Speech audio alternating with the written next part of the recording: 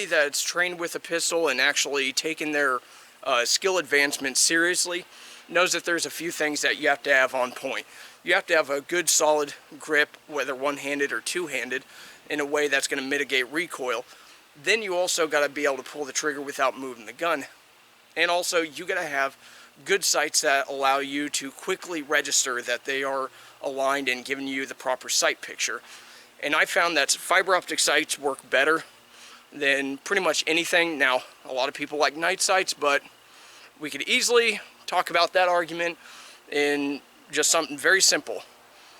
If it is so dark that your night sights are glowing and you're pointing a gun at something, very few times are you going to find that you are actually having positive identification of your target.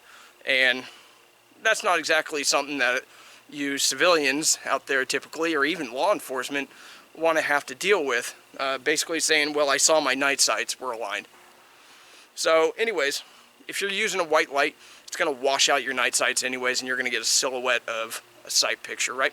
Or a sight alignment. But anyways, with these, the rear notch is actually thinner than the front sight itself. That's very uncommon to a lot of sight setups. Usually what you'll see is the front sight is thinner than the rear notch opening. So that was kind of switched around here. And with the Frank Proctor sights, you got to either install them yourself or have somebody else install them. And that even goes for the fiber optic that's inserted. Now, he does his demos on his website. He has videos on YouTube about how to do that. And me, I actually made quite a generous bell here in the front, as you can see. And I did it a few times to kind of play with it. Now, I'm not going to go over how to do that. I'm just going to say that I wanted this to be belled out and get the front sight as the bulb.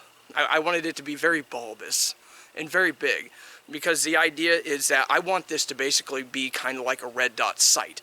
I want it to be so bright that it kind of acts like a red dot, to where I can focus on the target, but this thing is so belligerent that I just put the dot where I want to hit, and it hits when I do my job. So that's what I've actually found, is that's exactly what has happened with this sighting arrangement. It's not unique necessarily to these sights, but I do like the Y notch cutout. It does that, just that little shaving of a Y back here actually does make a difference. That was actually kind of surprising to see that that little bit can actually make a difference when you're focusing on your target and getting the red dot back on there. It does allow for a little bit of speed. So anyways, it is what it is, but I find that this allows me to shoot a lot faster because my eyes are picking it up a lot faster. There's no alignment confusion with my eyes. So when I'm focusing on a threat or a target, like steel, paper, whatever, I can focus on that and bring this up and superimpose it, if you will, onto the target, and it works out beautifully. And that's what I really like about these sights, and I am definitely going to be getting some more for, you know, my MMPs, but I just want to give you guys a little bit of a, I don't really want to say demo, but kind of introduction to this sight that I'm working with. And yeah, I like it. It's not too thin of a front sight, it's not too thick, works out just right.